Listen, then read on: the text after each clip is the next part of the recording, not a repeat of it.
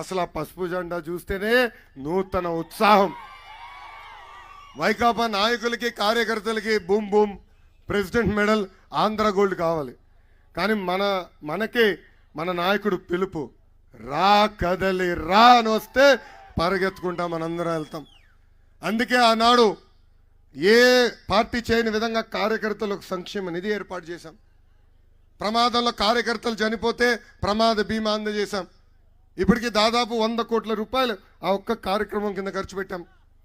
గతంలో ఫ్యాక్షన్ దాడిలో మన కార్యకర్తలు చనిపోతే వాళ్ళ పిల్లల్ని దత్తకు తీసుకుని చదివించింది నా తల్లి భువనేశ్వరి అమ్మ. ఈరోజు ఆ బిడ్డలు ఒక డెలాయిట్, ఒక గూగుల్, ఒక మైక్రోసాఫ్ట్లో పనిచేసే పరిస్థితి మనందరం చూస్తున్నాం.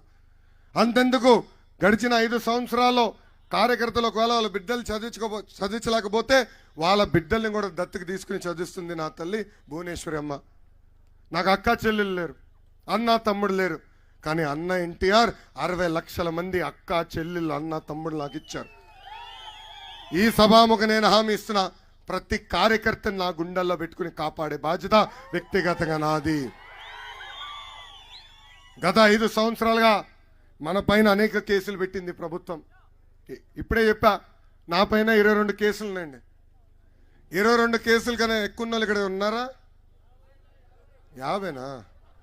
ఏం ప్రభాకరంతో పోటీ పడుతున్నావు బా? ఎవరు 50 కేసులు? 22 కేసులు కన్నా ఎక్కువ వాళ్ళు నుంచోండి, ఒకసారి నుంచోండి. నుంచోప్పా, ఒకరేనా? అరే ఏమన్నా నియోజకవర్గం స్లోగా ఉంది, స్లోగా ఉంది. అరే బంపర్ ఆఫర్ ఇద్దాం అనుకున్నా నేను ఈరోజు. ఒకరి తప్ప ఎవరికి వచ్చేదట్లేదు. 2019 నుంచి 24 వరకు ఎవరైతే ఎక్కువ కేసులు పెట్టించుకుంటారో వాళ్ళకి అంత పెద్ద నామినేటెడ్ పోస్ట్ ఇచ్చే బాధ్యత నాది. ఓకేనా? ఆఫర్ స్వీకరిస్తున్నారా? స్వీకరించట్లేదా? పరిగెత్తాలా బా? యుద్ధం చేయాలి, పోరాడాలి. ఆనాడే చెప్పా, నా పైన 22 కేసులు పెట్టినప్పుడు చెప్పా, సైకో జగన్, ఈ లోకేష్ తగ్గేదే లేదు. బాబు గారి పైన 53 కేసులు పెట్టినప్పుడే చెప్పా, బాములకే భయపడే కుటుంబం మాది, నువ్వు పెట్టేది చిల్లర కేసులకి మేము భయపడతామా అని.